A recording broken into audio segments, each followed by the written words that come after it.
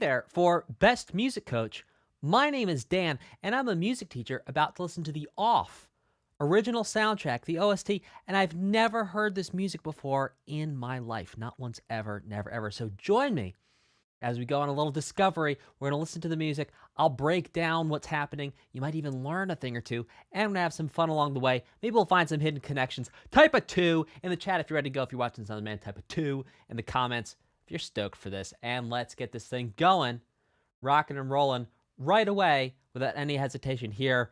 We're starting with Global.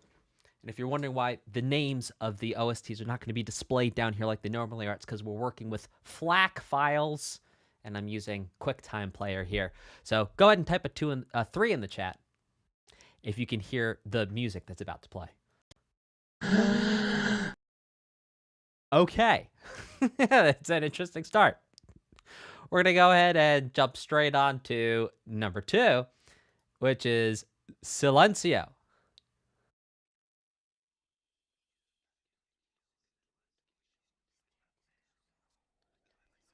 Which is going to be silence. Nice.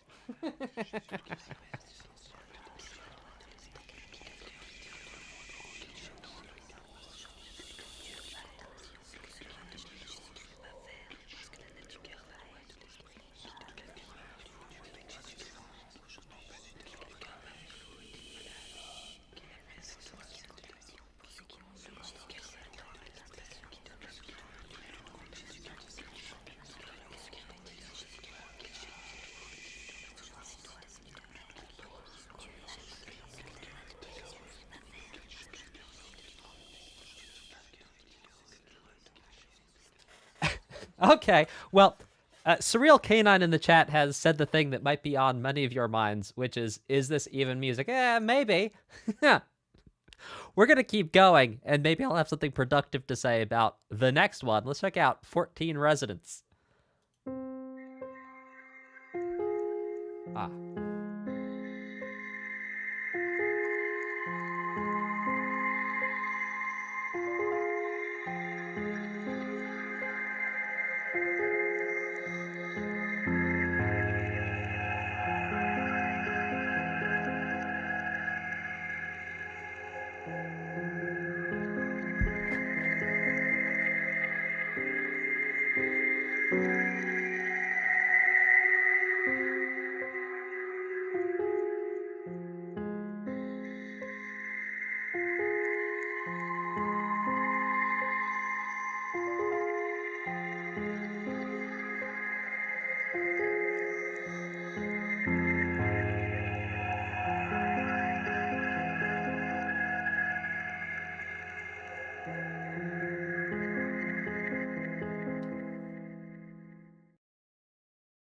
Okay, so, and I'll explain a little bit about these things I'm writing down on this whiteboard here so you can understand what's going on. When we're talking about notes, so you don't have to know how to read music, I'm going to write down numbers 1, 2, 3, 4, 5, 6, 7, and that works like this. So in most music, 1 starts like this. And if you know that song, do, a deer, a female deer, re, a drop of golden sun, what that's doing, that's actually counting up the notes of music. So do, re, mi, fa, sol, la, ti, do. And another way of saying it would be 1, 2, 3, 4, 5, 6, 7. After 7, we go back to 1. Now, you'll see here, I did not write down numbers. In fact, I wrote Roman numerals. Now, what Roman numerals represent is when we have more than one note together at the same time. So this is a note, this is a note, this is a note, this is a note, this is a note. Now, what happens if we take 2 or more notes and put them together? We get what is called a chord or harmony. And we show harmony using Roman numerals. So what we have here is we're in the key of F minor, and we're not going to talk too much about keys because unfortunately I don't have 3 hours to teach you everything you would need to possibly know about music theory to understand absolutely everything, but I'm going to break this down for you in a way that you are going to understand. So we have the Roman numeral 1. And F is going to be 1. So if F is 1, then G is 2. Now, here's the thing. Instead of going to H in music, we go back to A. So go A, B, C, D, E, F, G, then A, B, C, D, E, F, G, then A, B, C, D, F, G. And we can go backwards. So G, F, E, D, C, B, A, G, F, E, D, C, B, A. Backwards. But like I said, we never go to H. So right after G, we go straight back to A. So F is 1, G is 2, no H. A is 3, B is 4, C is 5, D is 6, and E is 7. So here we just have ones. We'd have different types of 1 chords, different qualities of chords. So here's the 1 minor. Then we have the 1 minor 6, which sounds like that. It's a little bit more friendly. Then we have the 1 minor major 7. Ooh, delightful. And then we're back to the 1 minor, and I'll show you where these happen.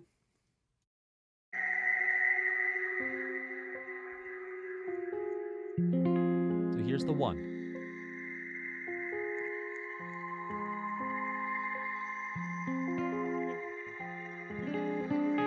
And right here, you can hear how the tonality changes. That's now the 1 with the minor 6.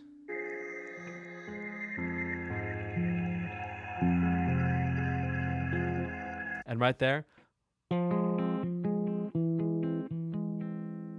that's taking us from a minor to a minor major 7. So type a 3 in the chat that even if you know nothing about music, you can hear these differences in the emotion of the sound when I'm telling you that the chord is changing.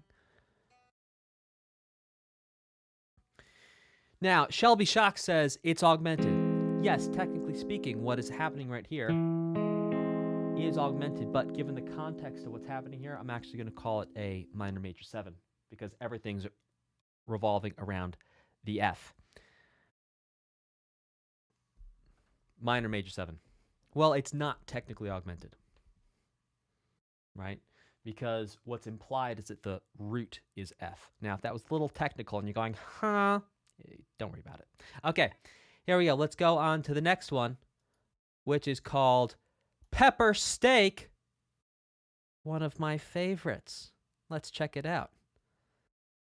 And in fact, one of my favorite French dishes is steak au poivre. All right, let's check it out.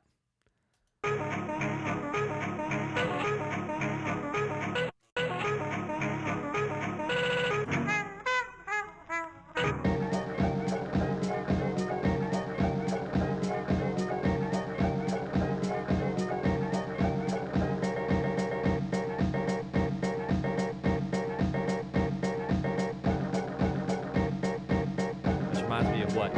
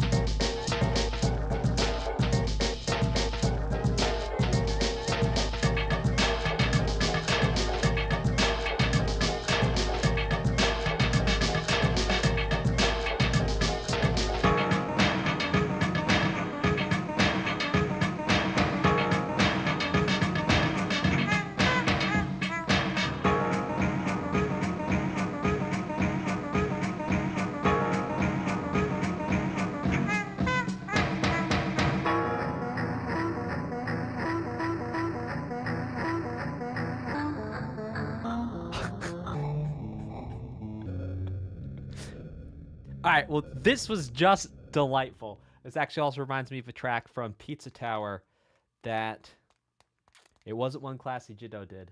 It was someone else did it. I can't remember off the top of my head. Name starts with an R, and I'm blanking on it. Made something that was like this where it's taking old, like 40s, 50s music and then reworking it. Now, what's interesting here is that Pepper We're going to call this in the key of A flat a bit. And really what's happening is that, you know,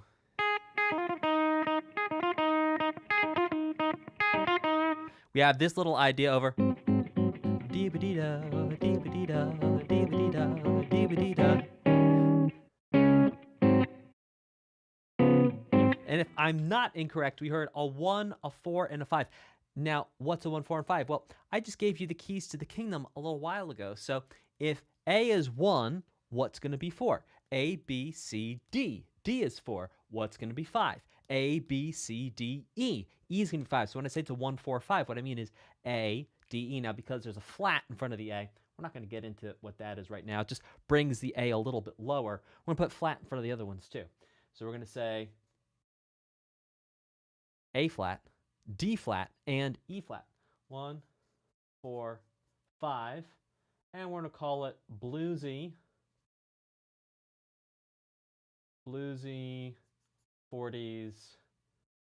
50s type stuff. That was really cool.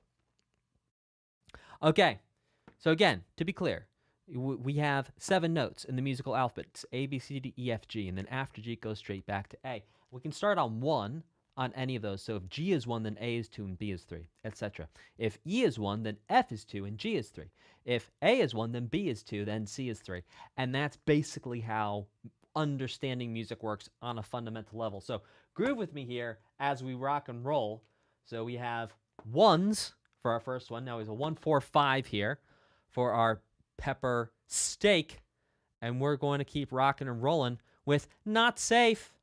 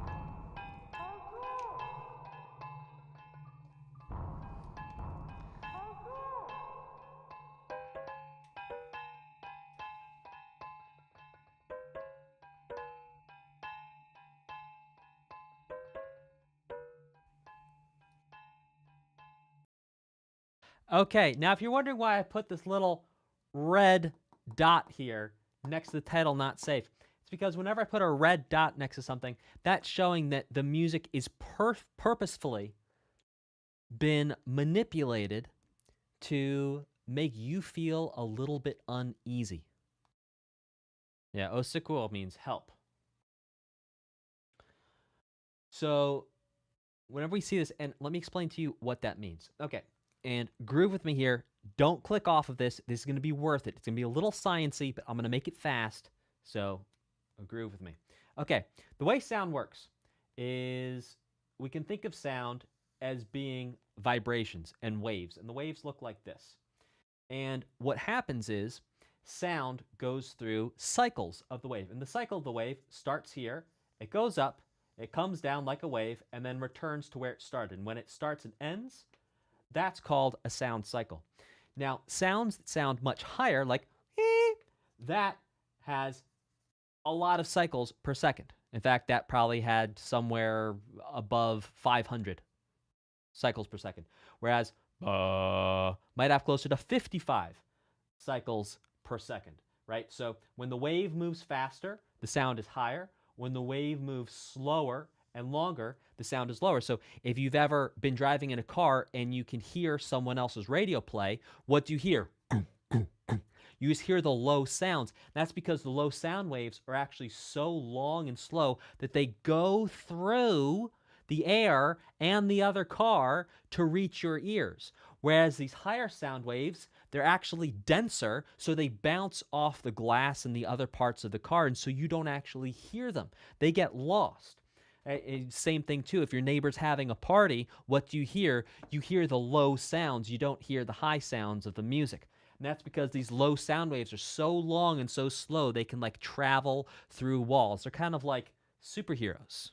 All sound is superhero, but low sounds are really interesting like that. So we have a codified system of agreed on numbers of cycles for different notes. So for example, this note right here,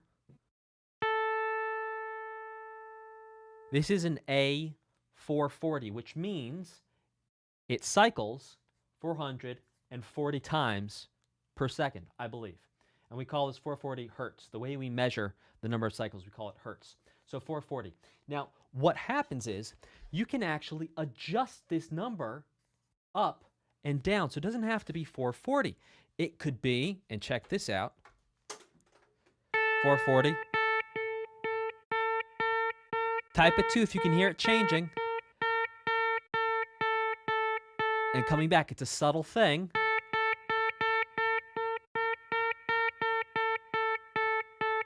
Type of 4 if you can hear the difference. Or 2, whatever I said. Right, that you can hear the difference in that note. So what that is that's slight variations in the number of hertz. So normally the A is always going to be 440. But what's happening is sometimes composers will purposefully use instruments or detune, change the number of the notes that they're using so that it actually rubs a little bit of the wrong way and actually fights this system. Because what happens is when you get two notes that are close to each other but that are not the same, an interesting acoustic phenomenon happens.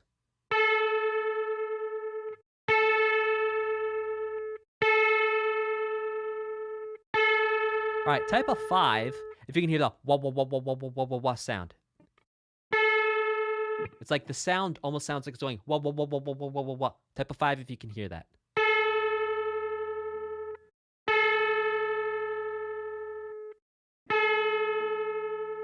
Okay, so those beat sounds that you're hearing is when one sound wave is so close to the other sound wave that at times they line up, but they also create these peaks and valleys where they sort of line up, then they don't line up, then they sort of line up, then they don't line up, and that's that wah wah wah wah wah wah wah wah wah sound. So composers will use this effect a lot where things are out of tune with each other. In tune means everything is set within a single system. So A440, and the next A would be 220. The next A would be 110. The next A would be 55. And so on and so forth. And so what musicians and composers will do, they'll take this entire system and offset some of the system by just a couple of numbers, enough to make it feel a little weird, a little off. And that's actually how they make you feel a little uncomfortable when you listen to the music. So not safe, sure enough, feels not safe because there's actually a couple of elements that are out of tune. They're not in line with the A440. They're out of sync with that system. And so because of that, it makes you feel a little bit uncomfortable. And as May.Wave says, I'm sorry if I'm saying your name wrong, says it makes you feel a little bit off. An excellent joke. Okay, let's keep this going with Stay in Your Coma. Let's check it out.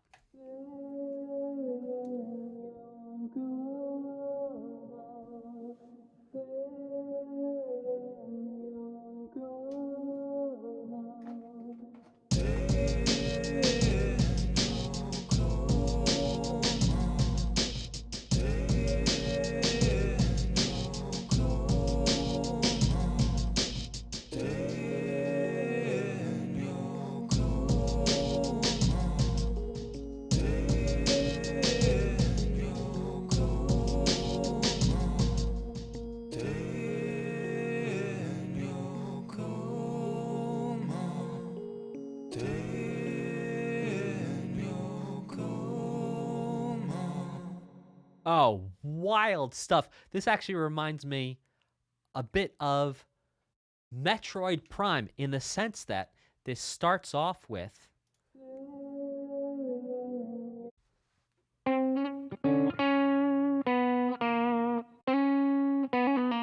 like, this sounds pretty innocent. Almost sounds like Mary Had a Little Lamb, right?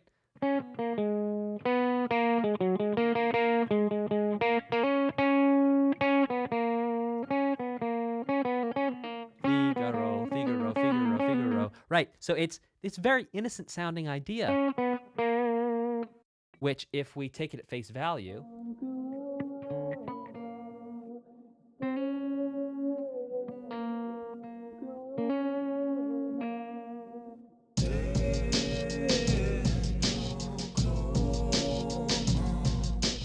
yeah. So right now we are in the key of G flat. This is gonna be staying coma. Stay. G flat. And our main idea here, well, we'll call it a main idea. The motif here is going to be 5, 4, 3, 5, 4, 3. And we're not talking about chords here, we're talking about notes. And 5, 4, 3. So if G is 1, then A is 2, B is 3, C is 4, D is 5. And because we have flats, we're going to add on some flats again. Don't worry about that too much, but we'd have D flat, C flat, and B flat, because we're in the key of G flat. And then another 5, 3. So that's the melody. 5, 4, 3, 5, 3. And then the chords underneath it are a little bit more complex.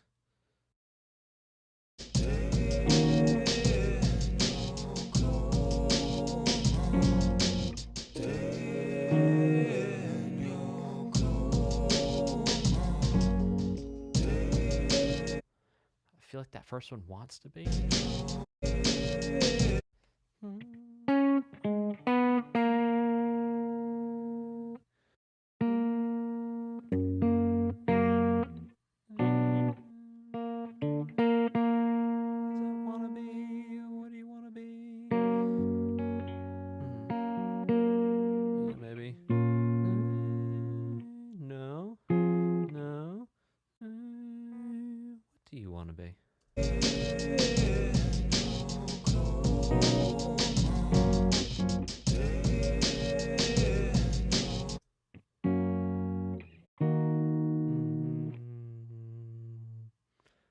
Well, it's all very G flatty here.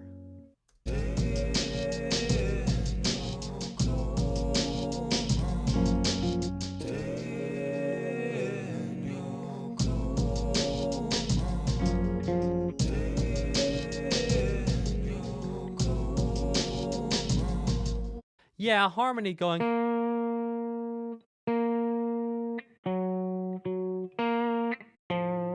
Harmony ends on 7. Axis, re.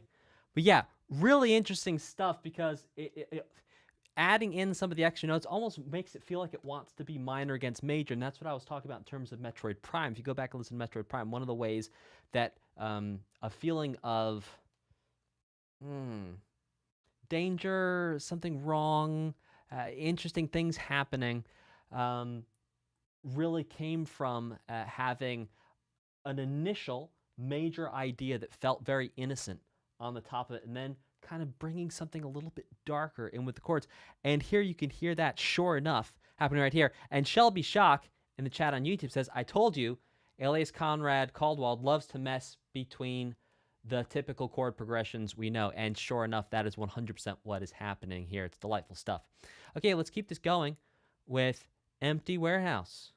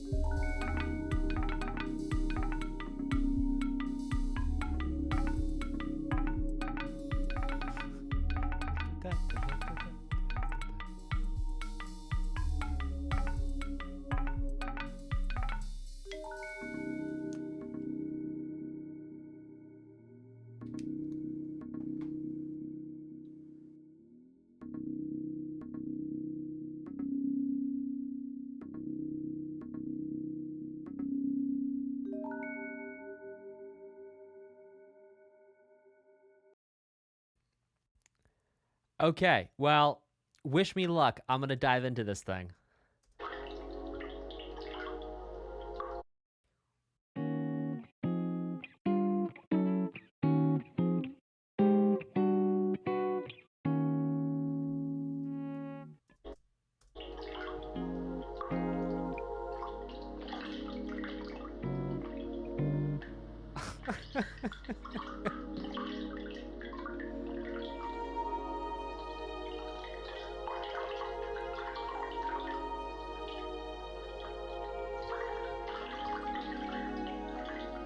All right, I'm not going to get those chords on a first listen here. And you might be saying, well, why on earth aren't you?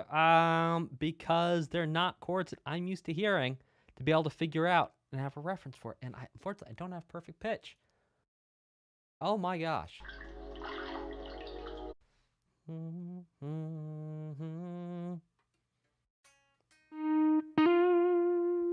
My goodness gracious me.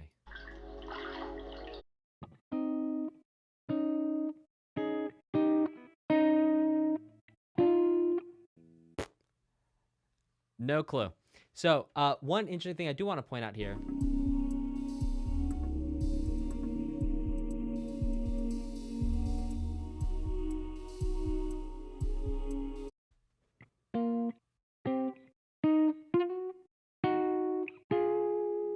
Right? That we can grab. That's easy enough.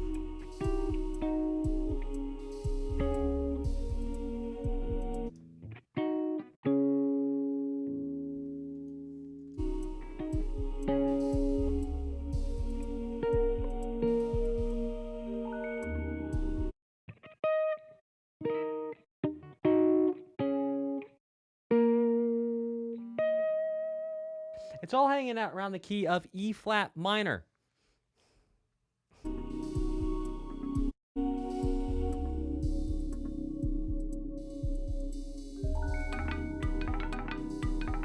And right here, this reminds me of, I don't know if you ever played on piano, it goes, it's like that sailor song you can play with your fist.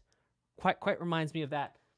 You might be saying, well, Dan, you're not providing me a whole lot of actionable information on this one. And yeah, unfortunately, sometimes, because the game we play of listening to things on a first shot, I do get a little stumped. This one's got me a bit stumped in terms of being able to absolutely rapidly tell you what's going on. So unfortunately, we're going to call it here on this one and move forward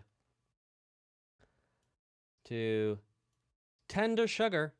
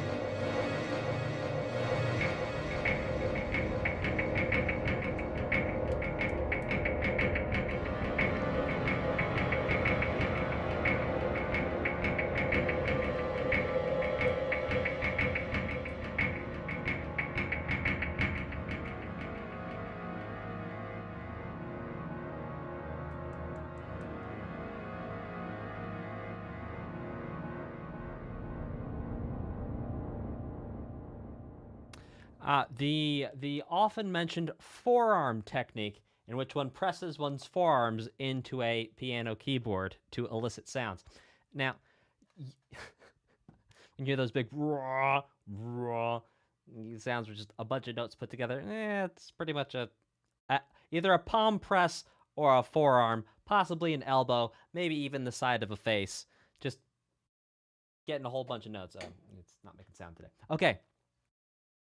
You know, I mentioned this in Lisa the Painful, but there's going to be some pieces here which I feel like I should bring back the Lisa the Painful. There's going to be some pieces here. I'm not going to have too much productive things to say in terms of the music theory itself, because, well, it's kind of defying convention to the point where it would take me a little bit longer to sit down and sort through it to give you something really concrete. But that being said, we can still talk about the music and have fun, and I will, of course, analyze the pieces that come along that, well, lend themselves to being a bit more simple for me to be able to break down for you live and in real time. Tender Sugar was delicious.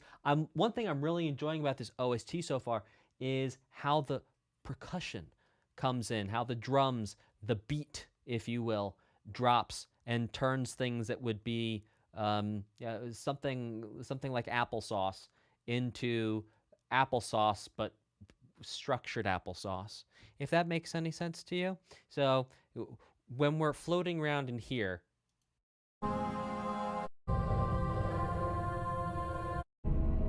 this is musical applesauce,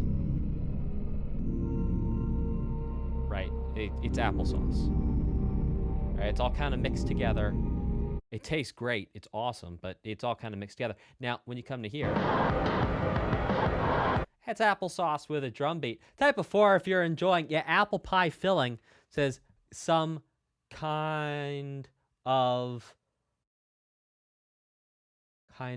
land cow. Some kind of land cow. Yes. Now, Watcher Obsidian says, I do have a question. How does this strange song so completely... Why is it so completely uncomfortable feeling? Same as Not Safe, but different at the same time. Well, for a similar reason that there's elements brought together. Well, there's a couple reasons. Number one, there's elements brought together that go back to this idea of having sound waves that don't line up in these different systems being put together, where you'd have a typical system of where everything goes and then kind of defying that, or having the typical convention against the defying system and that juxtaposition together, creating tension and dissonance. And in addition to that, the fact that there is not a lot of, well, what we would conventionally call structure to the music. This music is called through composed. Through composed. Okay, now what through composed means is that it's not cyclic. It's not cyclical in nature. So if you imagine the song She Loves You, Yeah, Yeah, Yeah by the Beatles, okay? You think you lost your love, you saw her yesterday, I saw her yesterday, it's you she's thinking of, she told me what to say.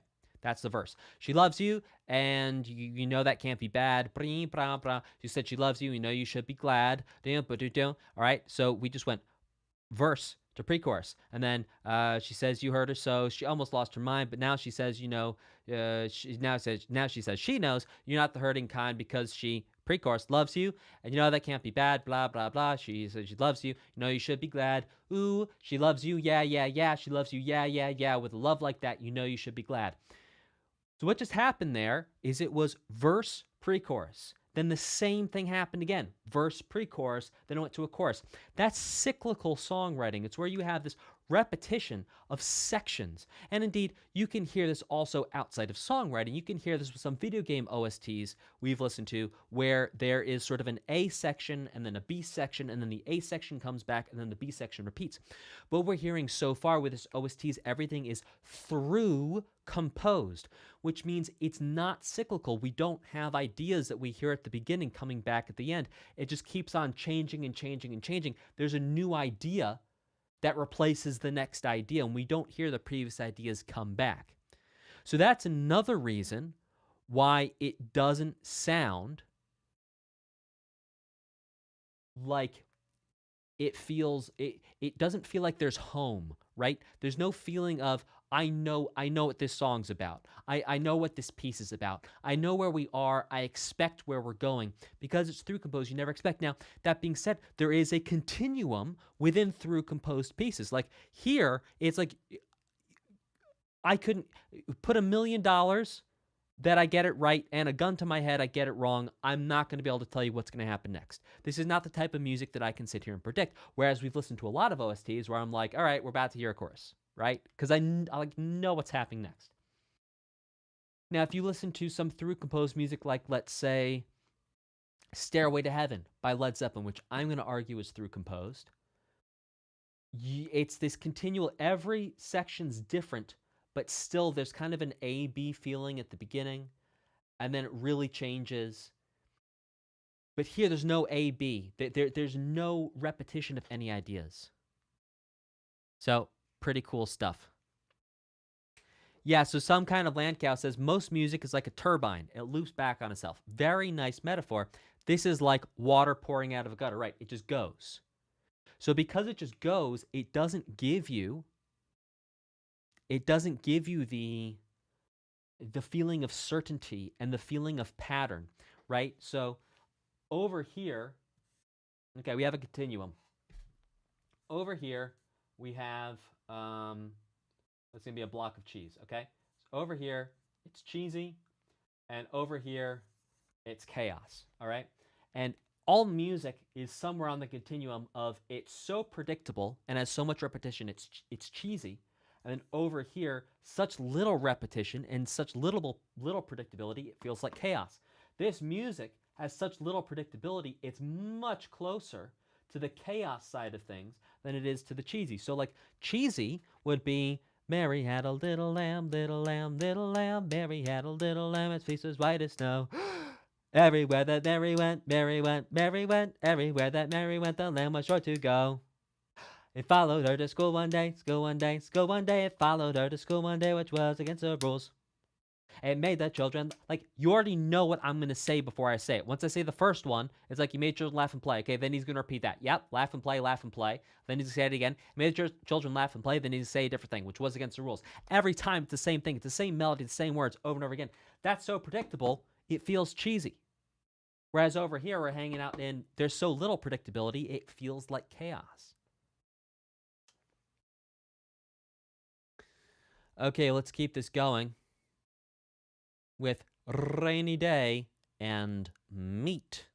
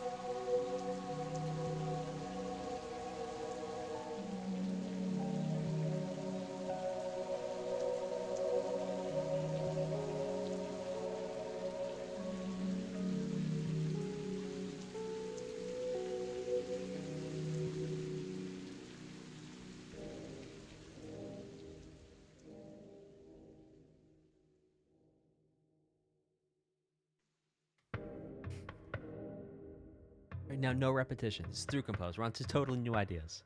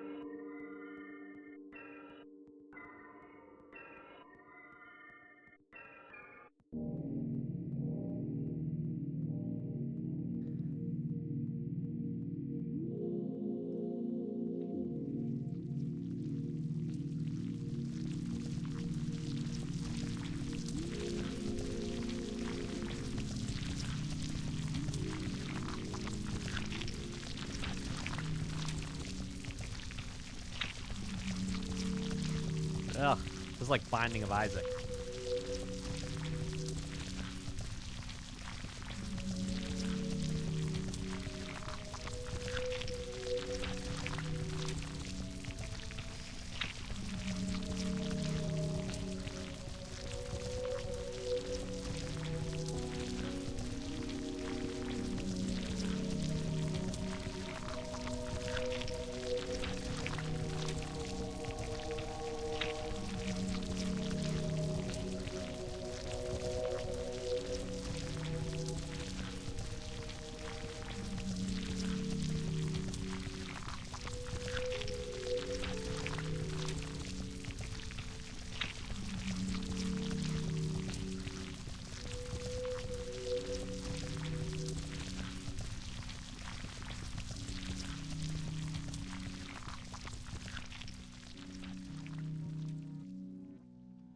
You know,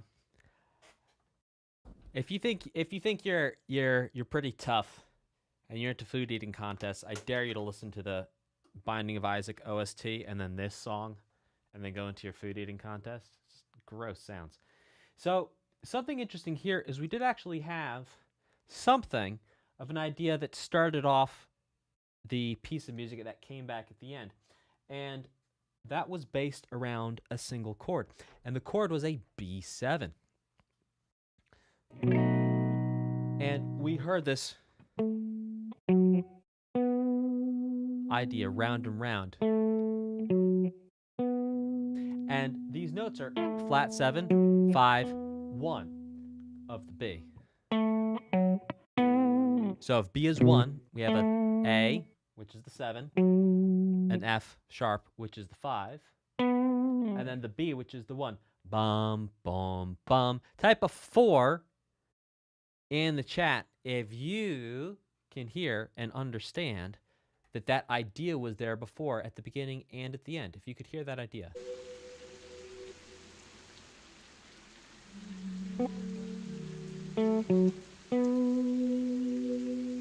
Again, we can hear it at the end too.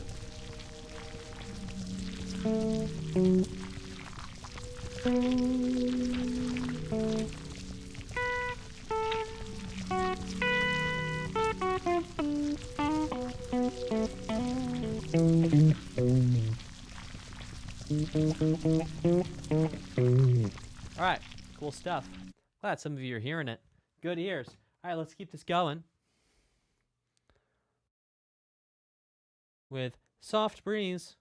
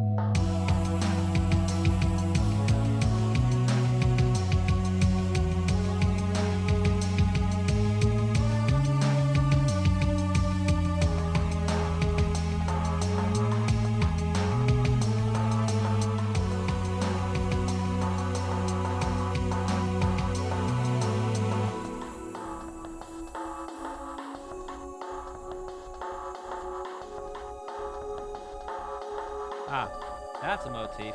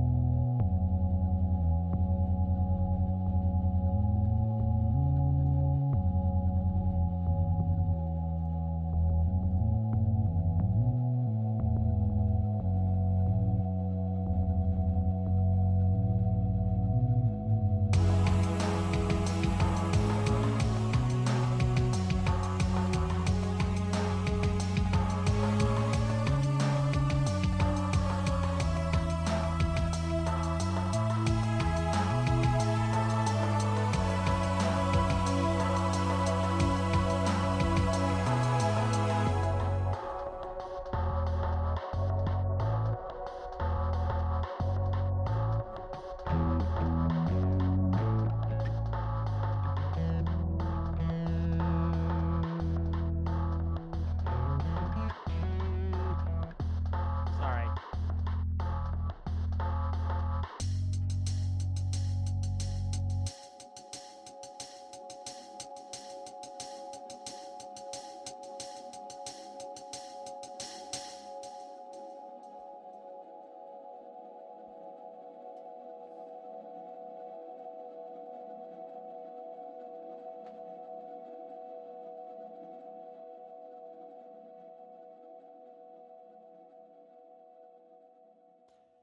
All right, here's something exciting. We just found what might be, now I might have missed it before, but this for sure is our first motif, for sure, that I've spotted at least for this OST. You might say, what is a motif? A motif is the smallest recognizable, smallest possible recognizable musical idea. What's a musical idea? Well, it's a pattern, a small pattern of something that you could recognize if it showed up again. So, for example, this is a motif. This is the motif, but played a little differently. This is a motif played a little differently. Let's see. Here's a motif played a little differently. Type a 5 in the chat if you can hear the connection between all these. Sorry.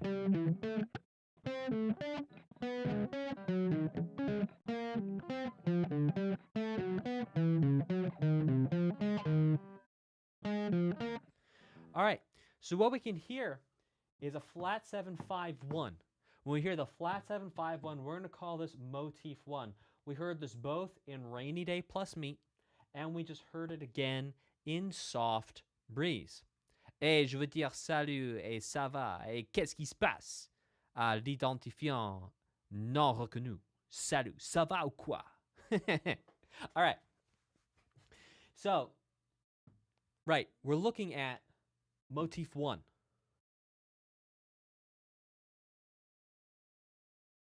So what I'd love to know is, if you know this game, what's a possible connection between Rainy Day plus Meat and Soft Breeze? What is the story connection? Zone 1 leitmotif perhaps is some kind of land cow. Sacred Tranquille. Eh ouais, tranquille. Eh. Eh wesh. Je suis tranquille. Same general area. Okay. So we're going to say, at least for now, tentatively, thematic tone. All right, they are in the same zone. All right, okay, so we're going to say motif 1, that this is not just a motif, but in fact it is, at least for right now, but I reserve the right to change this. This is a leitmotif. A leitmotif represents a person, place, or thing, or an idea. Leitmotif. So leitmotif number 1 is going to be...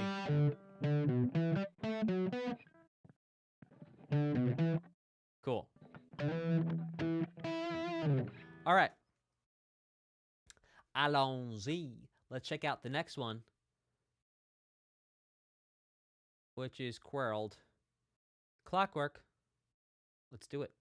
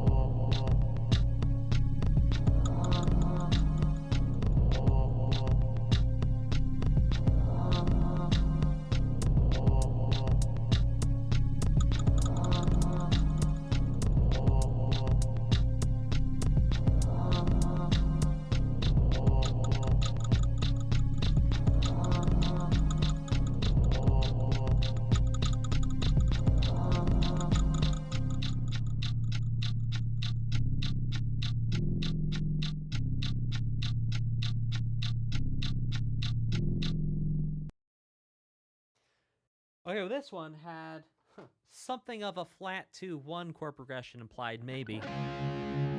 And I'll show you what I mean.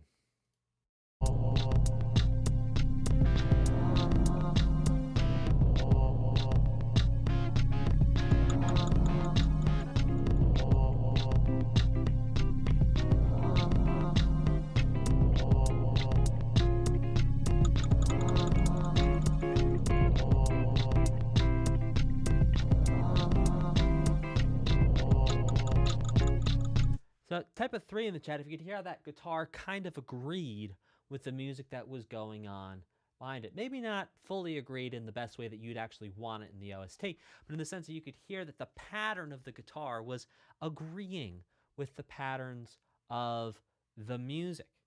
Ah, yes. And so what I was doing is, while the chords weren't really there, if we played a flat 2 and a flat 1 chord over the music, it kind of worked. Which is one way of figuring out what the chords are. Not a foolproof way, but it is one way. Okay, cool stuff. Let's check out number 12, which is called Flesh Maze Tango. Dude.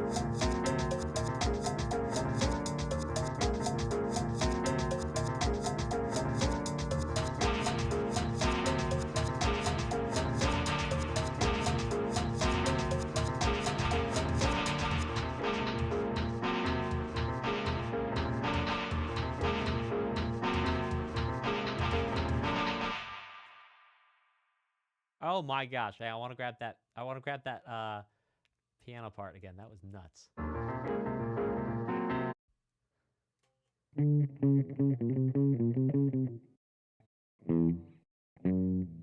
What's that first note? If anyone has perfect pitch, tell me what that first note is.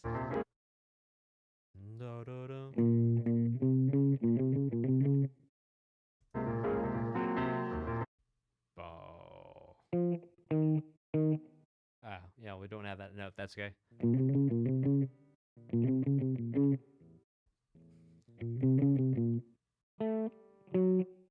Bing.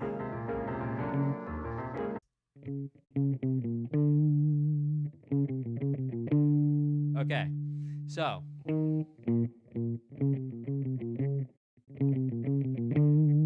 that's like playing between a minor and a major third, a bit, kind of, sort of. I'm not gonna write that down. Flesh Maze Tango was really cool, and you could hear the piano was actually detuned from A440. The piano wasn't quite in tune with A440, which is part of what gives that tune its sound. I was making fun of me right now, but like, who is this guy think it gives the tune his sound? It's part of what gives the feeling of things being not quite right. All right, let's check it out. Fake Orchestra.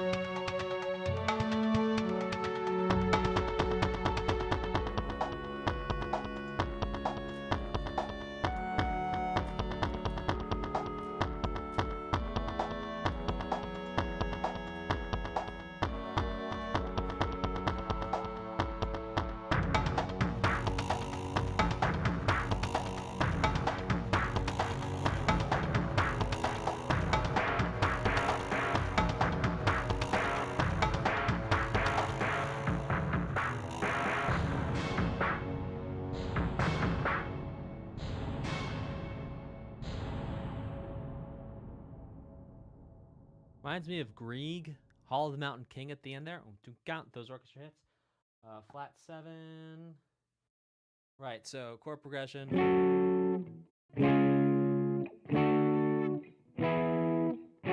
Yeah, we had that. And there was one other chord movement here that I wanted to grab for you as well.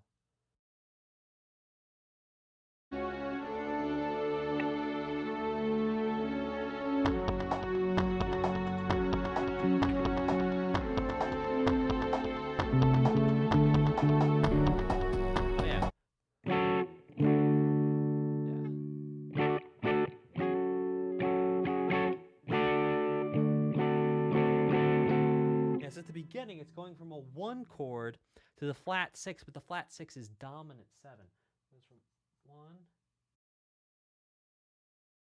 flat flat 6, 7. That's cool. And then it goes into something akin to a common chord progression. This is wild.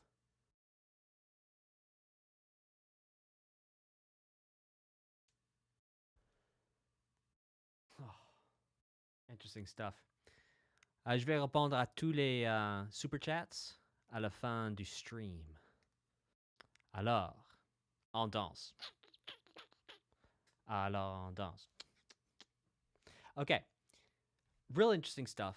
I really enjoyed Fake Orchestra, and yes, it did indeed include a Fake Orchestra. It used the orchestra hits that you heard in so many OSTs going way back, and indeed also in stuff as recently as, well, Big Shot by Toby Fox. Some kind of Landcow says, I'm impressed by your French. Well, I certainly hope so, considering I lived there for quite some time. Hope I'd be able to speak it. If I didn't, something would be wrong. Every once in a while, I still read a book in French just to keep it sharp. You read a book, you read it out loud, you learn new words. It's great. That same thing with English. All right, let's check out Desperately Safe.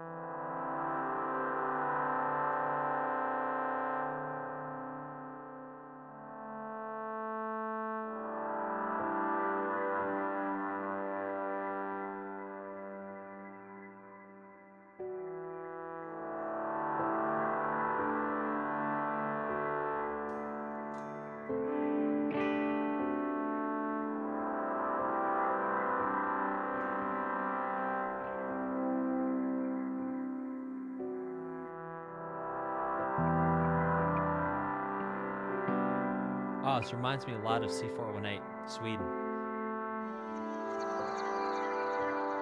The harmony.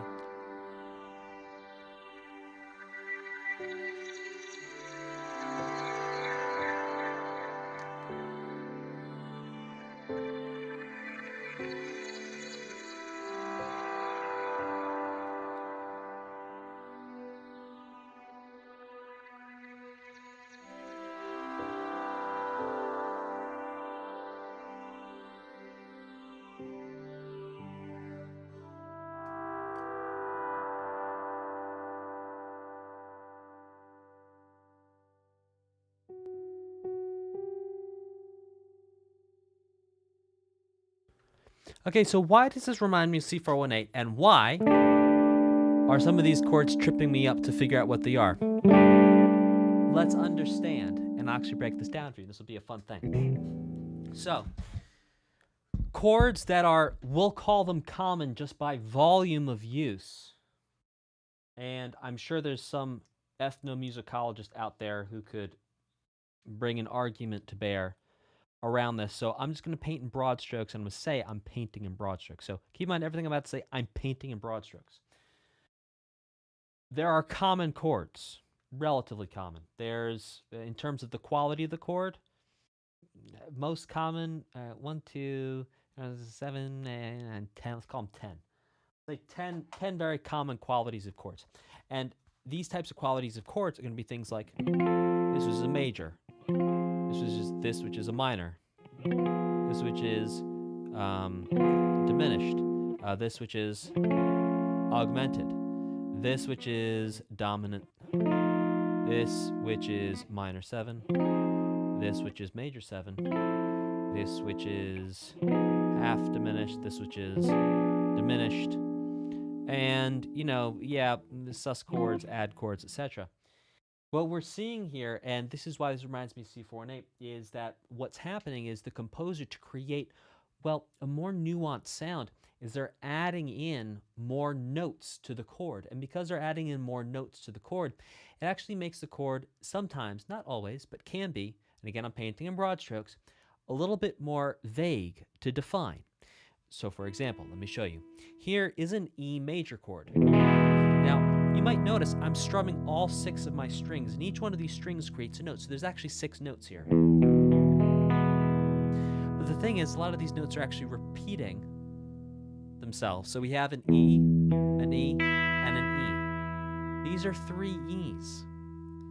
They sound different. This one's lower than this one. That's middle. That's high. But these are all E's. Then we have 2 B's. And then we have 1 G sharp. Now, this is a pretty straightforward sound. Now, I'm going to change one note. I'm going to add in an F sharp. Listen to this. Ah, type of 4 in the chat. If you hear how it's a much more nuanced sound. Now, let's add one more something into it. All right, we're going to add in a C sharp and an F sharp.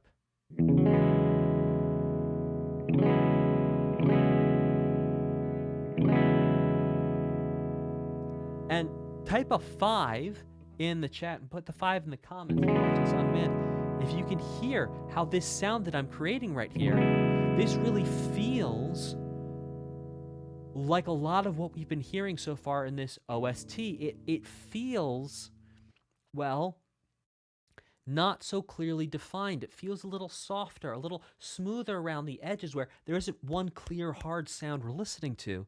It's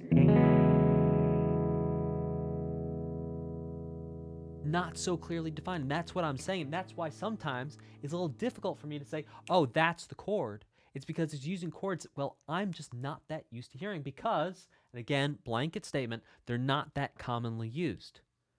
Interesting stuff. Cool. All right, let's keep this going and let's check out this next one, which is called The Walls Are Listening. Let's check it out.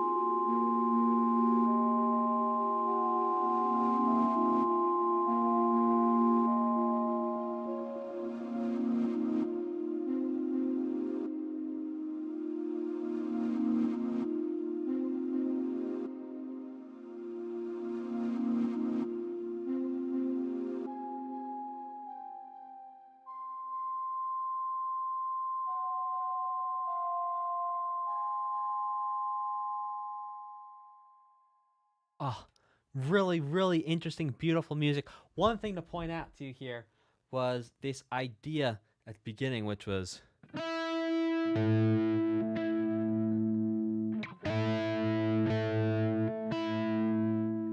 then under it was this.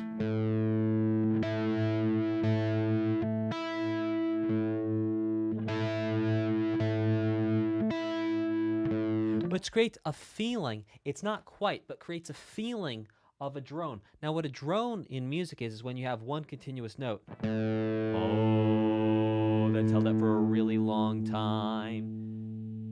And this creates a feeling of a drone. It's kind of passed around.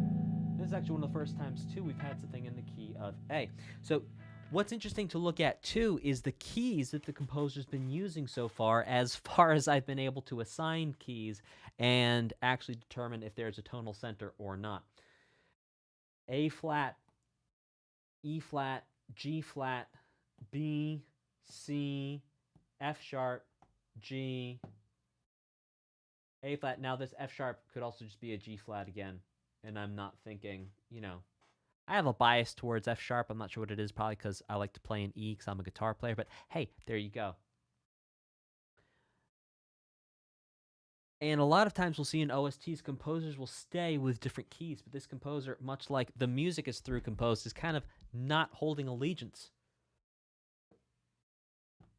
to any key in particular. Let's keep this going with Windows licking.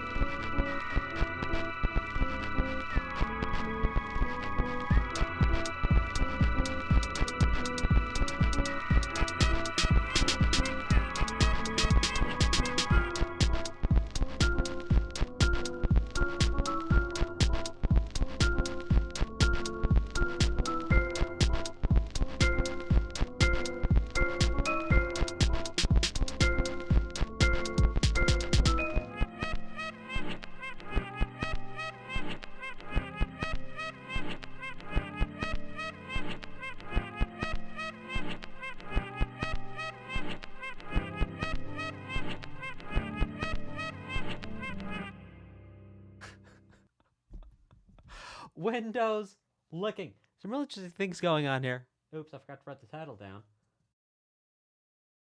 Windows licking. Now, for Windows licking.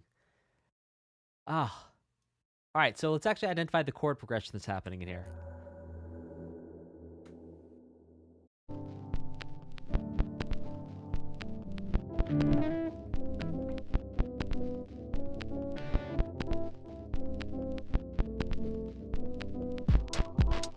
See, even if I do that, the bass is not agreeing. So it's like, no matter what I try to do to put this in a neat little box, it just doesn't want to go there. It's not that type of music that fits into a neat little box. This sounds like someone... Shelby Shock says the motif. Shelby Shock, where'd you hear the motif? You hear motif 1?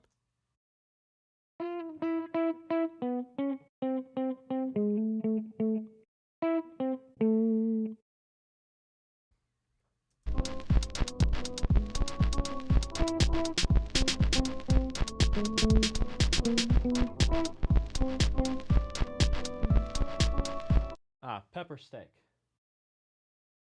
Ah, the pepper steak sample.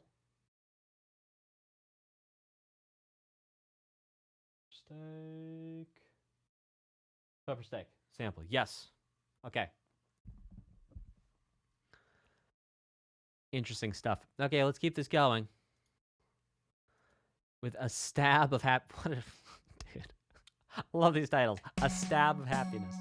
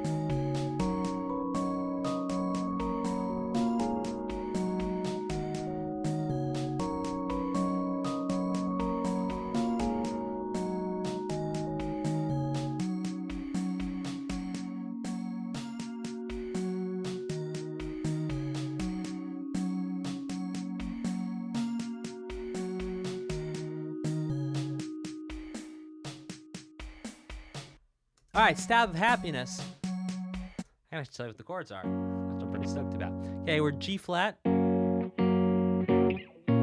the 3 to 1 back to 6. Well, not back to 6 to 5.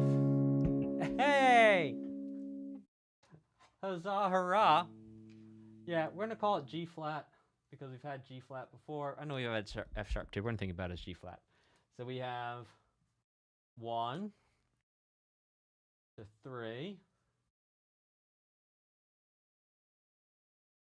to 1, 6, 5. Huzzah! Hurrah!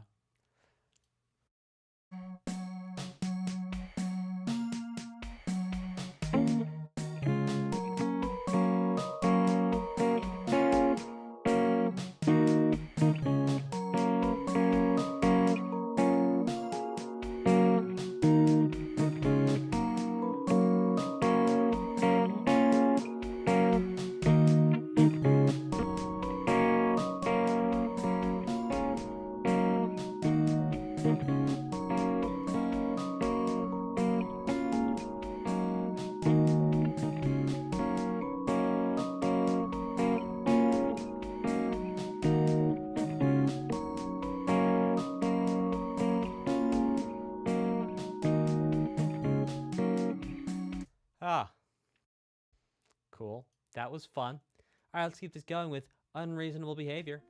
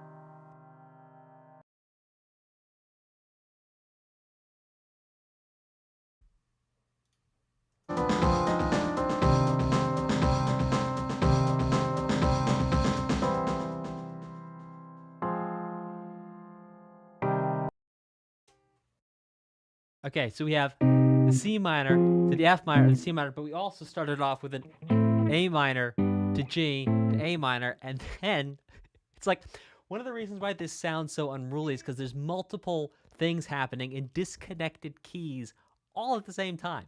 Disconnected, yeah, strong term. Painting in broad strokes here. Now, I want to go grab this.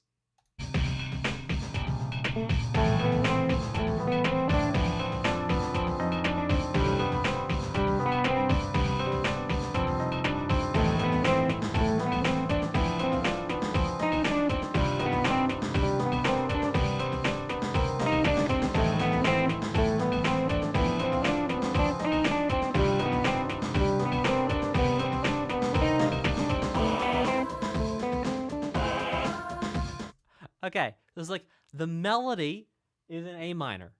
They have some chords from A minor. There's also chords from like C minor at the same time.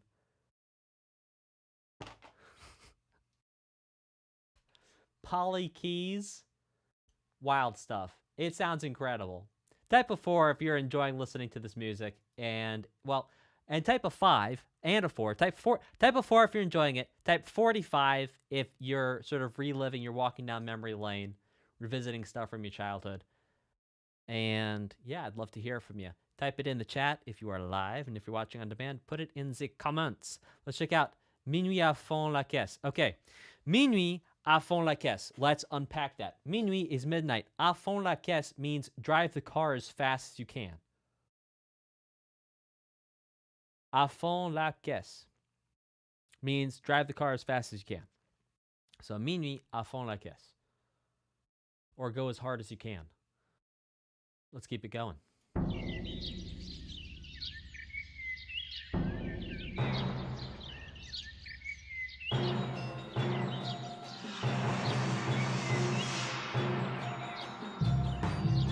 Allez à fond!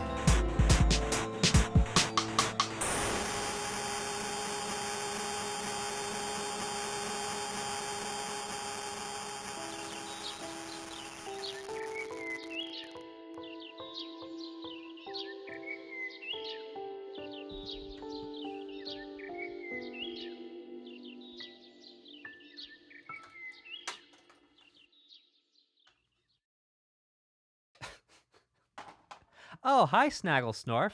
I recognize that name. Snagglesnorf, I feel like I sent you an email yesterday. Yeah, how interesting that is. Hi, Snagglesnorf. All right, let's keep this going. Yeah. All right, so let's actually talk about that. Something that's going on that we're hearing is more than one key presented at the same time. And that's another way of creating dissonance. And I'll explain this to you. So typically what happens in music, and again, painting with broad strokes, is that we have 7 notes in a key.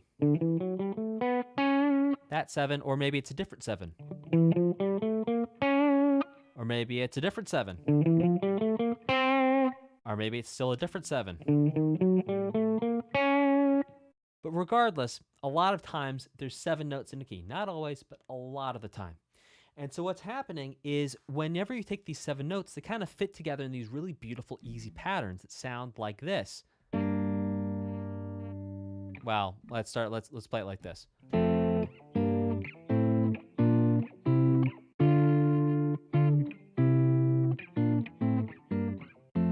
Like that sounds really pretty. That's using all 7 notes and bringing them into chords. And then songs, you build songs out of this.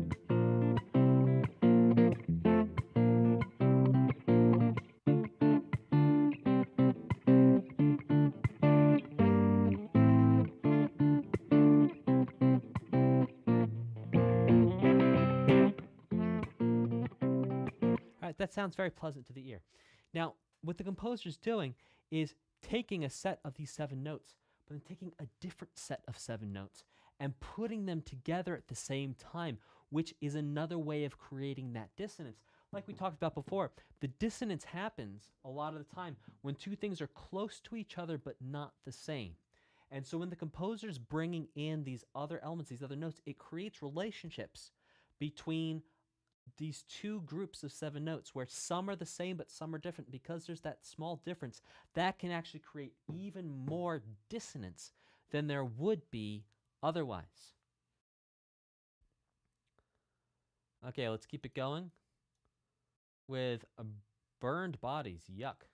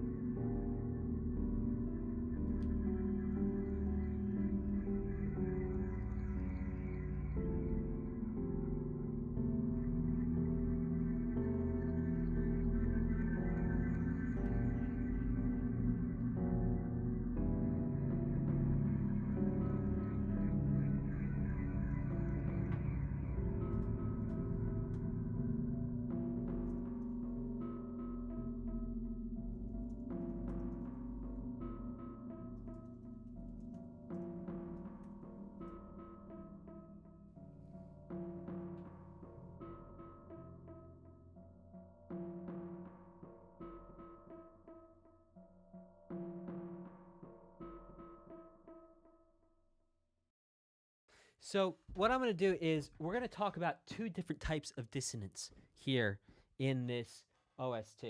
Number one, we're going to show this with red, and we're going to do this from here on out. And I didn't even think of defining this distinction. One of the joys of doing these OST reactions is I actually get to clarify my thinking on things and find distinctions that I might not find otherwise. So what we're going to do here is we're going to separate dissonance into two camps, at least to start. The first camp of dissonance is going to be red, and that's when we have purposeful or intentional use of things being out of tune with each other, with the sound waves not quite syncing up, or the groups of sound waves not syncing up. That's going to be our red. And then we're going to get this purple. I don't know. Can you see the difference between the red and the purple here? This is purple. This is red. Type a 2 in the chat if you can see the difference between the 2 and the red. The 2 and the red. Sorry, this is a 2 on the chat. The purple, well, fuchsia maybe, and the red. When we have more than one key, this in and of itself is a bit of a motif or a thing that's used, a tool that keeps coming back. So we're going to call more than one key purple as we go forward, as we're listening through this. All right, let's keep rocking and rolling. Let's listen to Yesterday Was Beata. All right, then we'll get orange. Blue.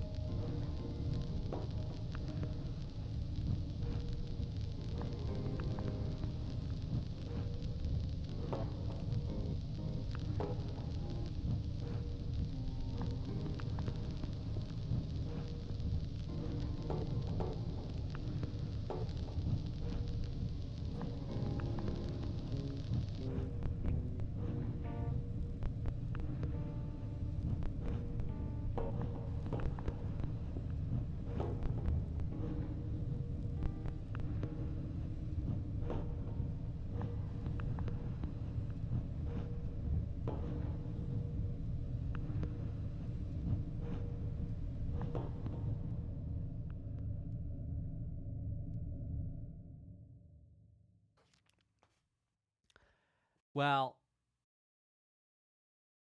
that was nuts. That was really cool. One thing to pull out here for you.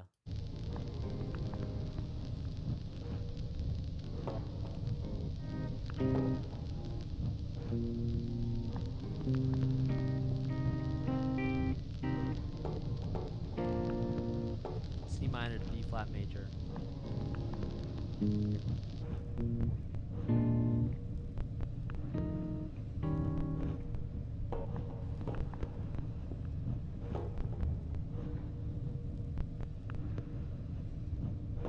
Yeah, cool. Well, two things that happened in that tune. Let's check out some rudiments of Propriety.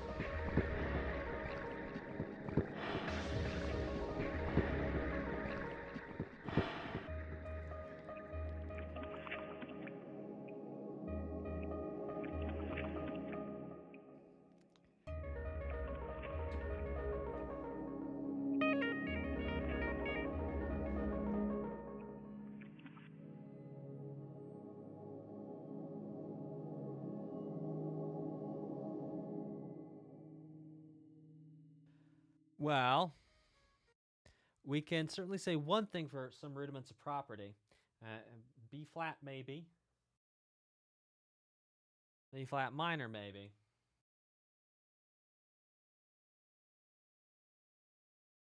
With a 4 flat 3 1. Yep.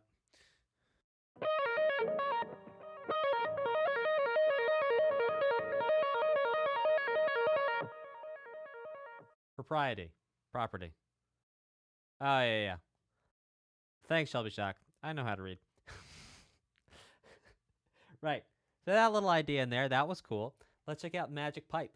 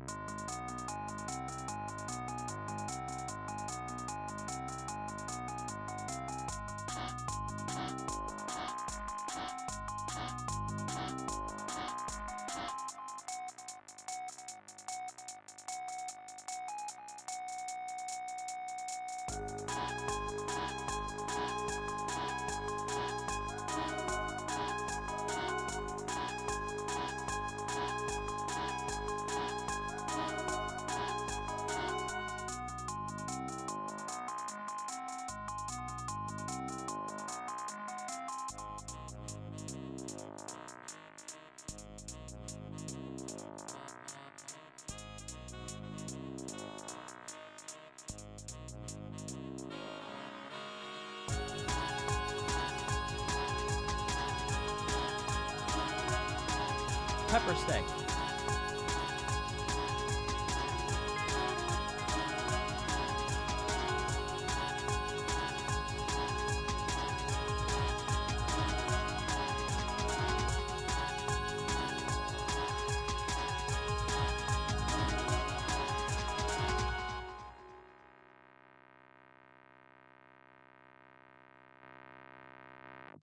Now we had this major minor thing before, and I was like, well, maybe it's minor major, and I'm sorry, I can't recall the piece. But anyway, here we have. I'm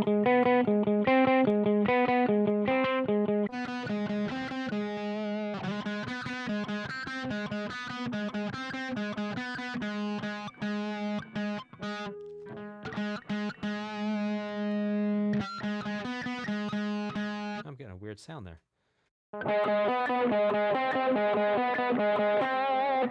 And so what that is it's outlining two different qualities of chords. A flat minor, A flat major. And it's a very bluesy thing. We heard bluesy back in Pepper. Now we have bum bum bum bum bum bum bum bum. This 1 1 flat 3 1 1 1 3 3. Remember, like I told you before, you don't really need to worry about what these flats are for now. It just means the note's a little bit lower, and you can hear the difference between flat 3 and 3. Yeah, it's different. Cool stuff. Let's keep it going with Endless Railway.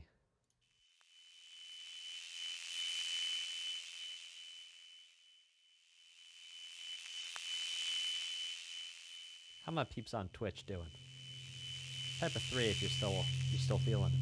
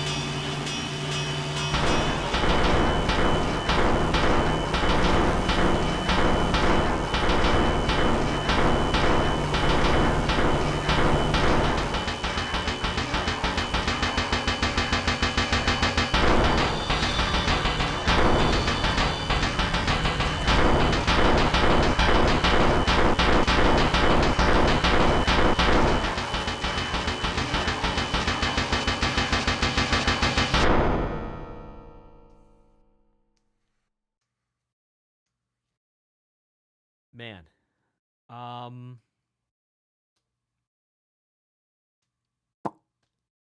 Yeah.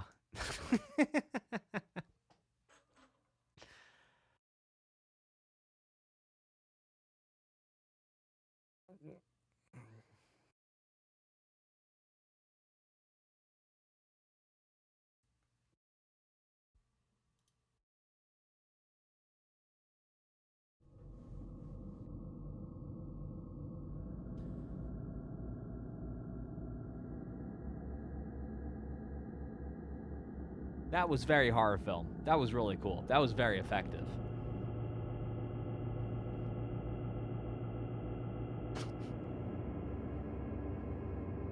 It was very, I mean, that's some next level stuff.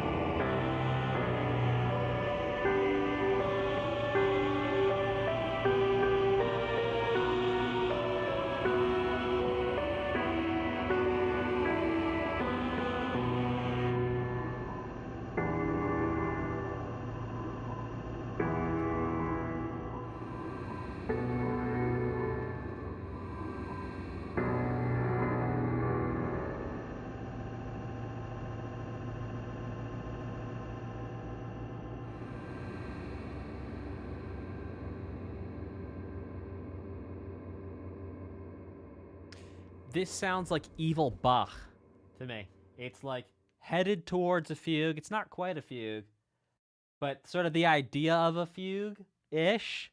But it's like an evil fugue. An evil fugue. Fugue.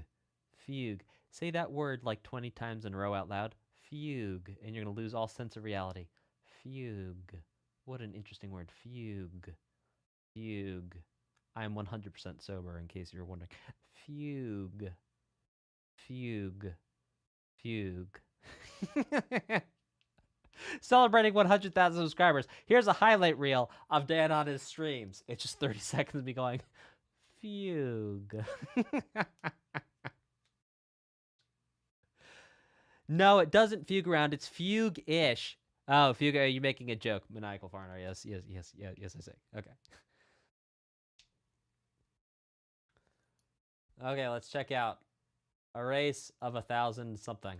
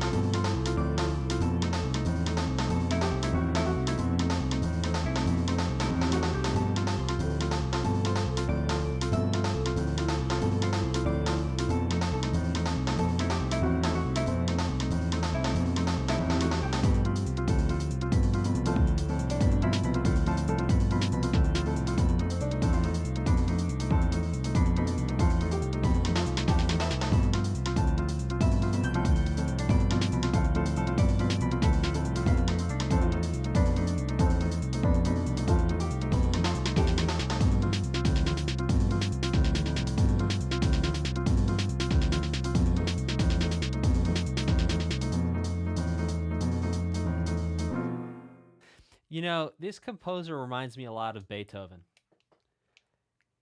if you think about, I don't know, whenever I listen to Beethoven, I hear someone who's just like, yes, I see the rules. Yes, I see the convention. And I'm going to throw a stick of dynamite and just mess the whole thing up. Right? Is when I listen to Beethoven, that's what I hear. That's one of the reasons I think Beethoven's probably my favorite classical composer because he's, I don't know, I just see him as being this maverick rebel. And it's like, can't no one tell Beethoven what to do? And I hear a similar spirit here in this music where it's like the composer demonstrates that they understand sort of the structures and the idea of music to the point where you would know that they know what they're doing. And then it's like, and let's throw a stick of dynamite in and just mess the whole thing up. It is what I hear, at least, when I'm listening to this. If I zoom out sort of at a 100-foot view of everything we're looking at, it just feels very Beethoven. You know, it feels very Beethoven. This real, just maverick streak against the grain type thing that I'm really enjoying, and I really love it. Cool stuff. All right, let's keep this going.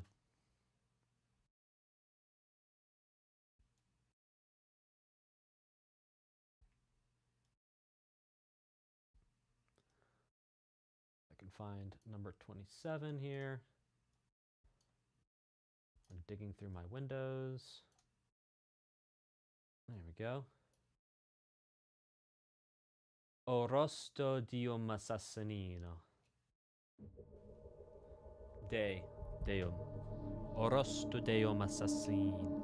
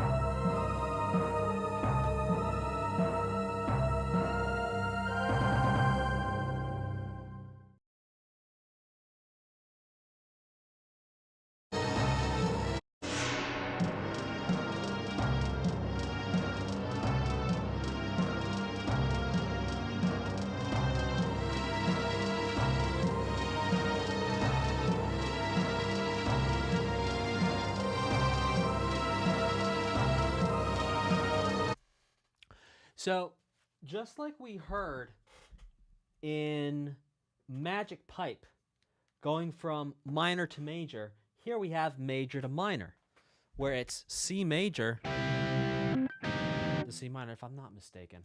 think I'm losing it.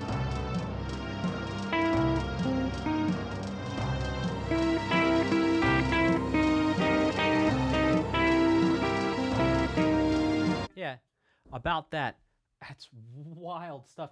And at the beginning, I heard it sounded like something from somewhere in here, two somethings from somewhere in here. And sorry, I don't have better data than that. Yeah, Rosto de Um Assassino, playing around with this idea of minor and major. And we've seen minor and major play back and forth. It's the parallel minor, parallel major. An assassin walks both in light and in shadow, right? The assassin uses both tools. And we've seen major and minor flipping back and forth represent the duality of people, people with two faces, some type of question, something that's hidden. We've heard in many different OSTs, and sure enough here, for an assassin, it would make sense that they're hidden, that minor-major ambiguity, demonstrating that hidden and assassinish, assassinushki type of thing. Let's check out A Race of 1,000 Ants.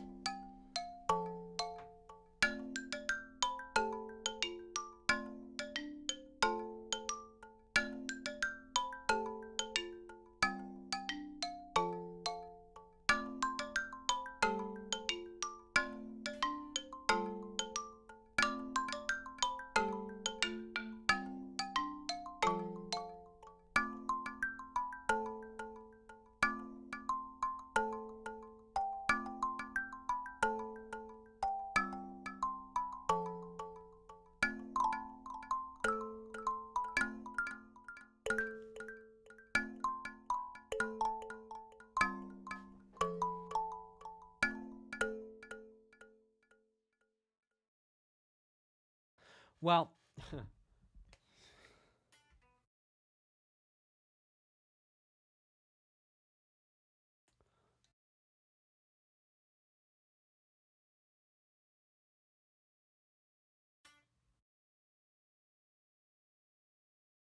huh.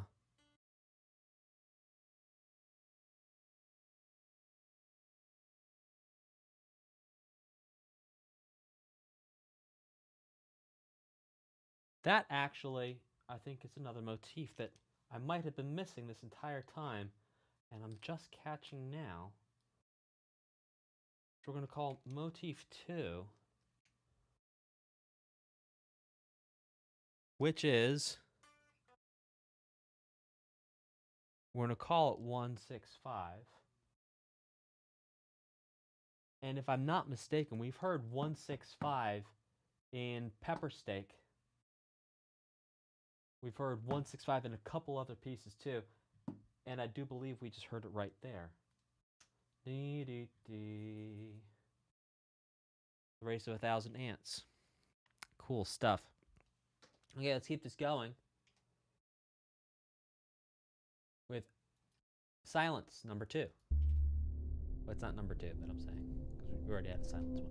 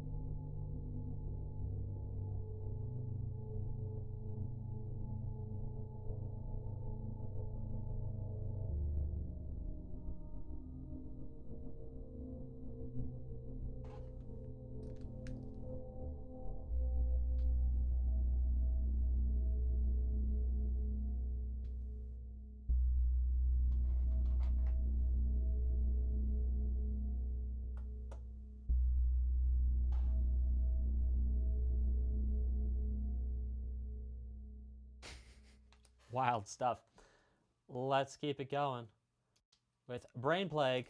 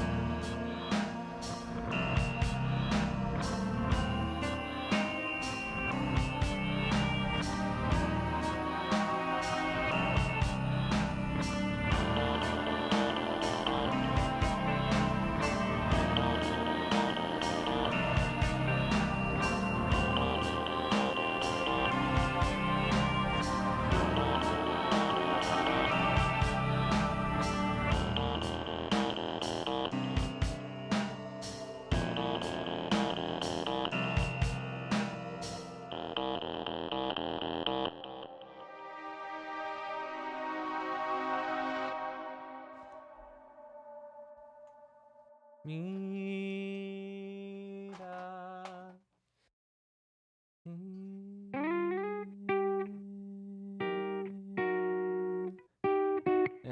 starts to feel like maybe a minor major thing. It doesn't quite end up like that. Something to talk about here are the actual reverse sounds. So anytime you hear sounds that go like that, a lot of times it's actually the sound played, and then what you can do is in the tools composers, producers, songwriters use to actually create music on computers called digital audio workstations, you can take the sound and actually flip it around backwards.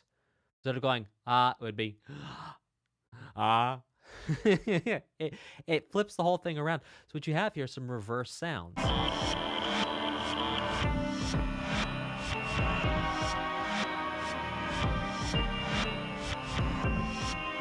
Even though the drum sounds, those are all when you take the actual recorded sound or indeed the sampled sound and just flip it around backwards, and that's what it sounds like. It's really cool stuff.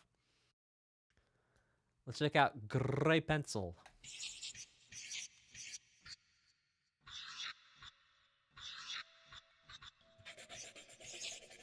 Type of 4 if this sound really upsets you.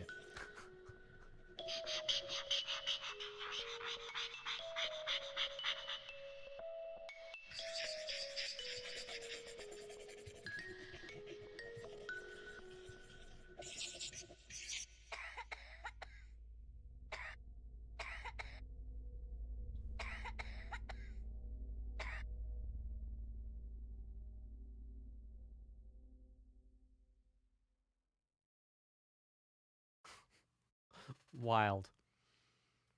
Let's check out Panic in Ballville.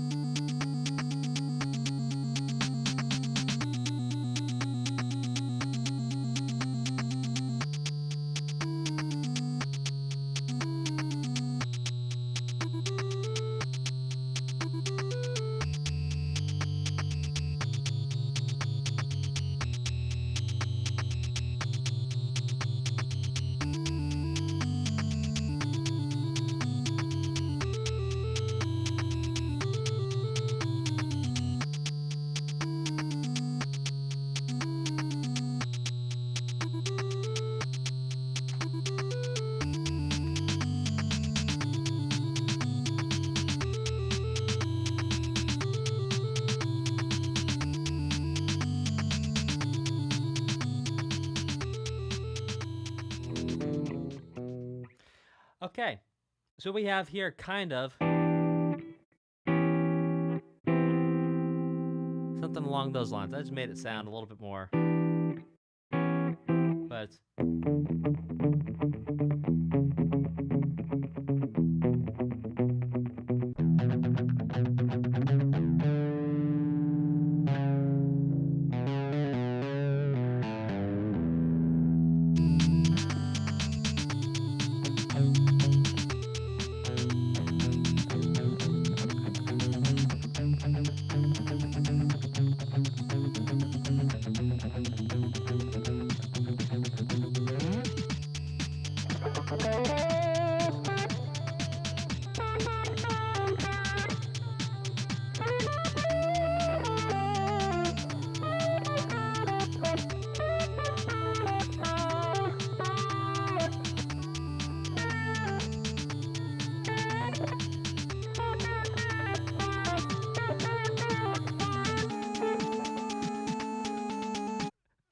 on a jam for a second there. So what we have is we're in the key of E, and we've got this flat 7 to 6 and to 1 N. Sorry, I think I actually played it wrong when I played the chords a second ago. As someone observed recently in the comments, sometimes after I pass the 2-hour mark on my streams, things start to get a little wonky. That's because I'm just sitting here focusing as best I can. All right, let's keep it going. With Panic in Ballville. Ooh, boss, let's go.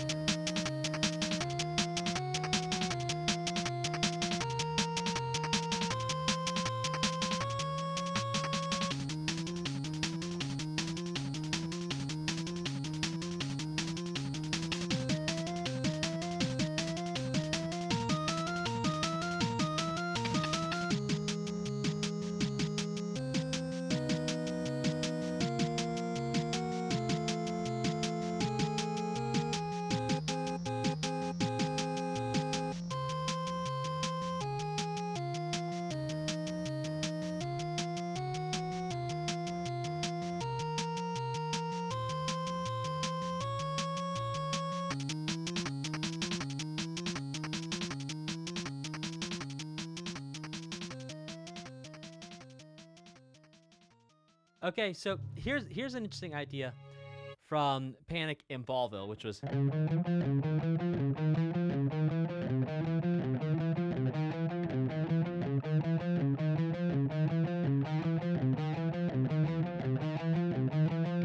kind of cool too, because it's almost like going back to Magic Pipe with the alternating between the major and minor. Oh no, and also the Rosto de Um Assassino, where it's a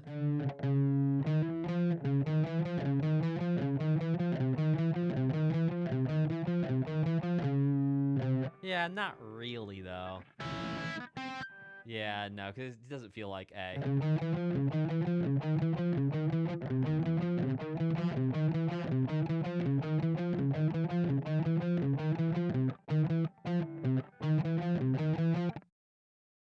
Really cool stuff. Huh. But the point that I'm making here is that it's the same idea. We have the each time, but then one note is changed. So we have, now we change the first note. First note. Change. Down.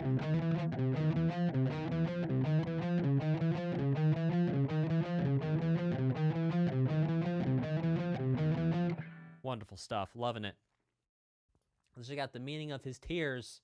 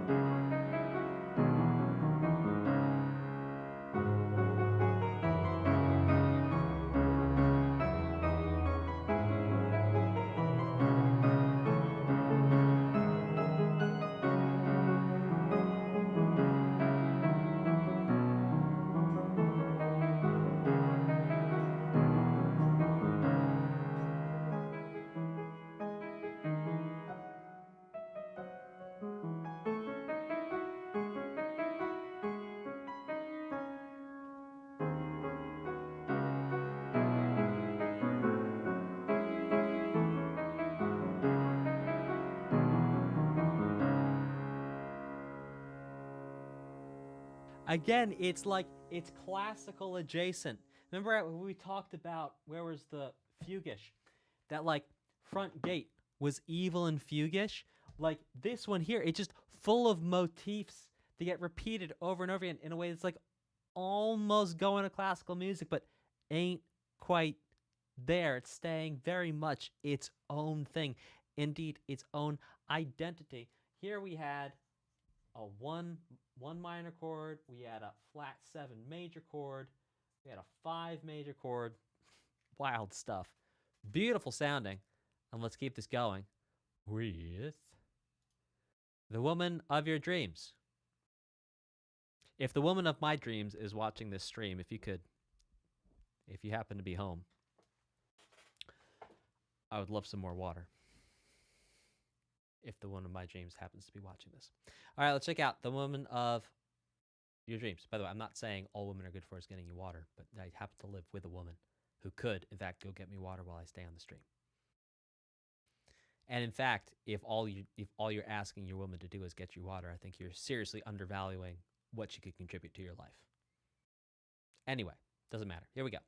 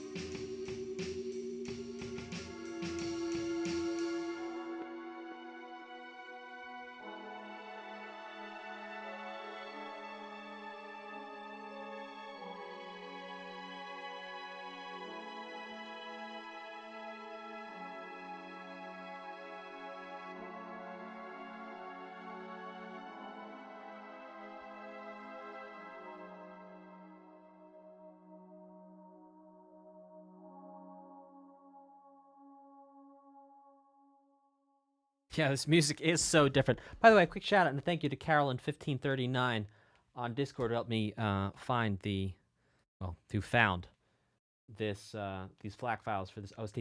You know, I will tell you, we've had a couple OSTs that we've listened to in the past, maybe, I don't know, 2 months.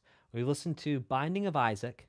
That was, I would say this is closer to Binding of Isaac than most of the OSTs we listened to. We listened to Lisa the Painful. I would say this is closer to Lisa the Painful than a lot of the OSTs we listened to.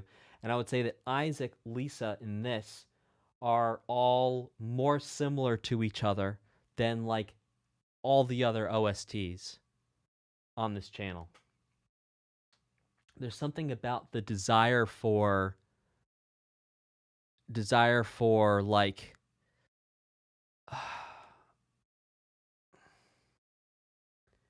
just the dissonance and the not needing to have a home base for it. Yeah.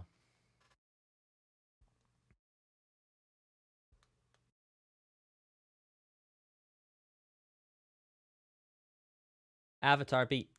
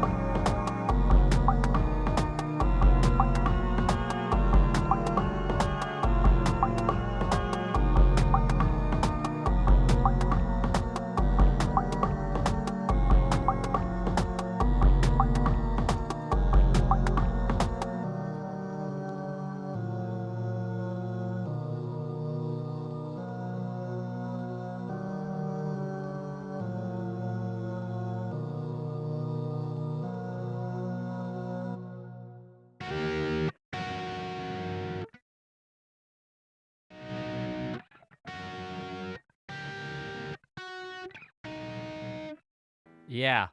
Nuts things. Again, playing around with the idea of this major to minor thing that we heard in, I mean, my goodness, Magic Pipe, we heard it in Orosho, and again now here in Avatar Beat. And that's also another thing that contributes to the feeling of dissonance, that changing back and forth between major and minor. Here's the last track of the official OST in terms of the actual number tracks, called Just Like a Bunch of Monkeys.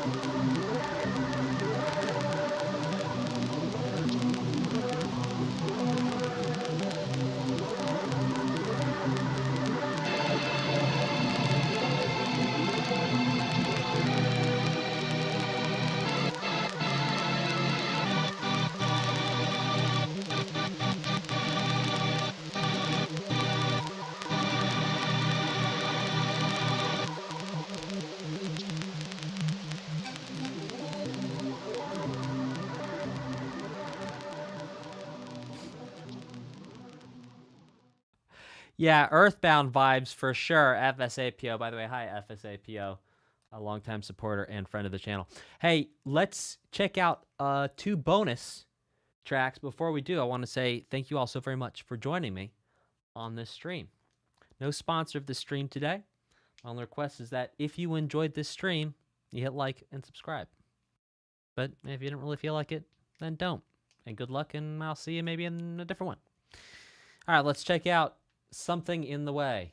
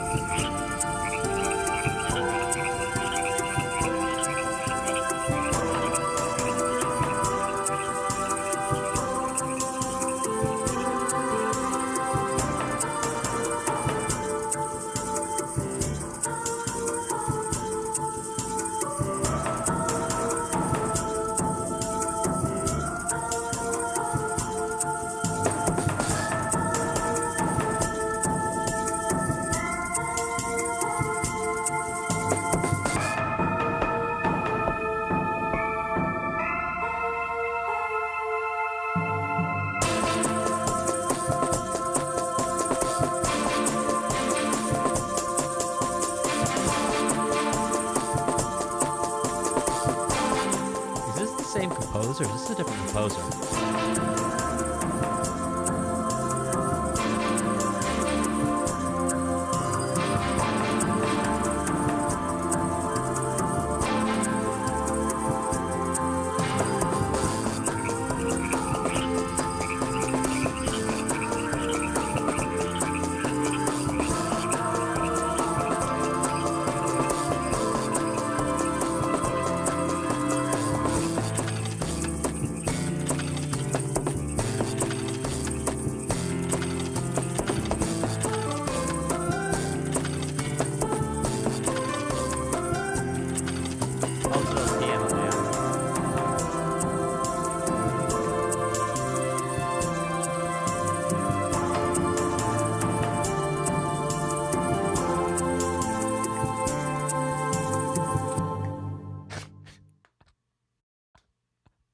I got to the end of the stream. We're going to do a little bonus Q&A. Because why not? Here's one more extra for you called Extra Spool. If you're thinking of questions, start typing them in the chat now. We'll do a Q&A.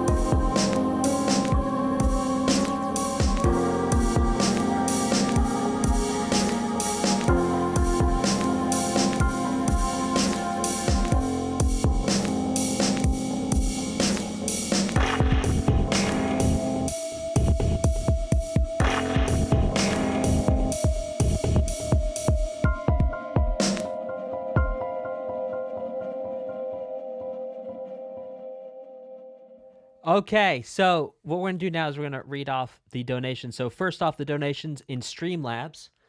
We have from Umbra Borealis, who says $5 to Sonic Unleashed. You got it, Umbra Borealis. Thank you very much for your donation. But if you'd like to support the channel, the way you can do that is you can donate. There's a link in the description of this video on YouTube. If you're on Twitch, it's on the homepage. You can see upvote. There's a little button that says upvote. It'll take you to it. And you can put in, with PayPal or whatever, donation of your choosing.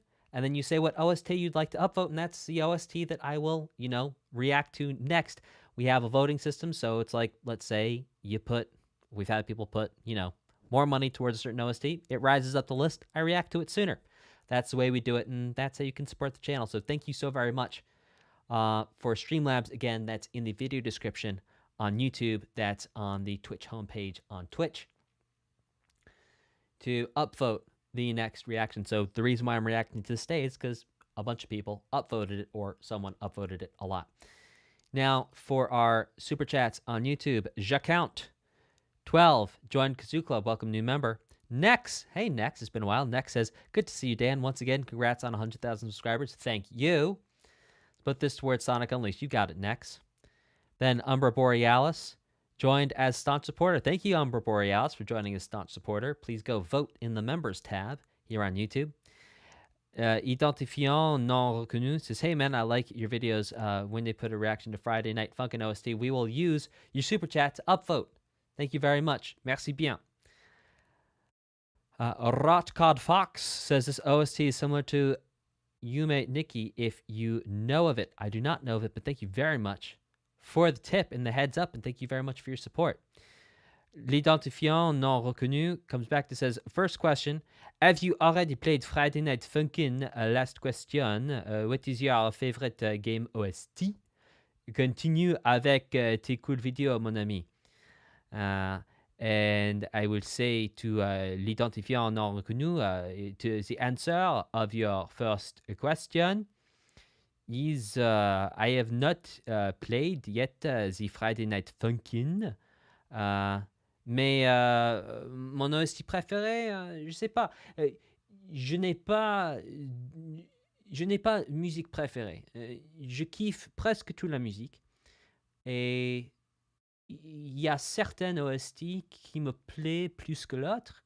Je dirais que, par exemple, Risk of Rain, ça me plaît beaucoup. Risk of Rain 2, plus spécifiquement. Les autres que ça, ouais.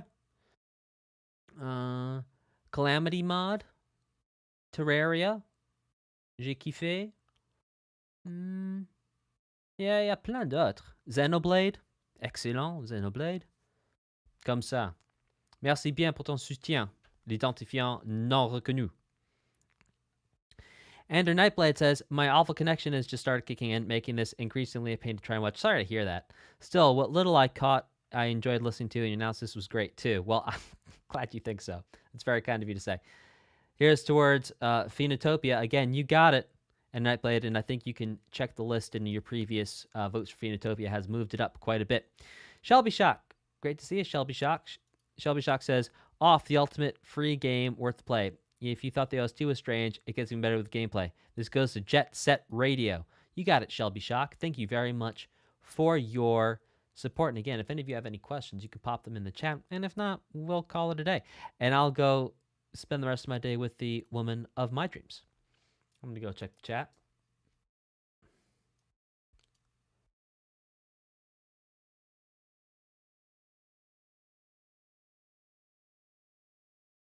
Let's see.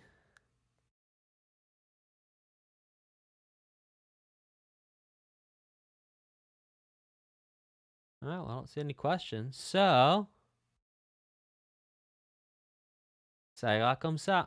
Thank you all so very much for an amazing stream. Axis Ray asks, what are the schedules? Usually Saturday at 1 p.m. or 12:45, 12:30, depending on how long the OST is going to be. We always stream on Saturdays. Sometimes, if I've got juice in my tank, we stream on Wednesdays, but Saturdays are a good bet. Thank you all so very much for joining me on the stream. Take care and goodbye.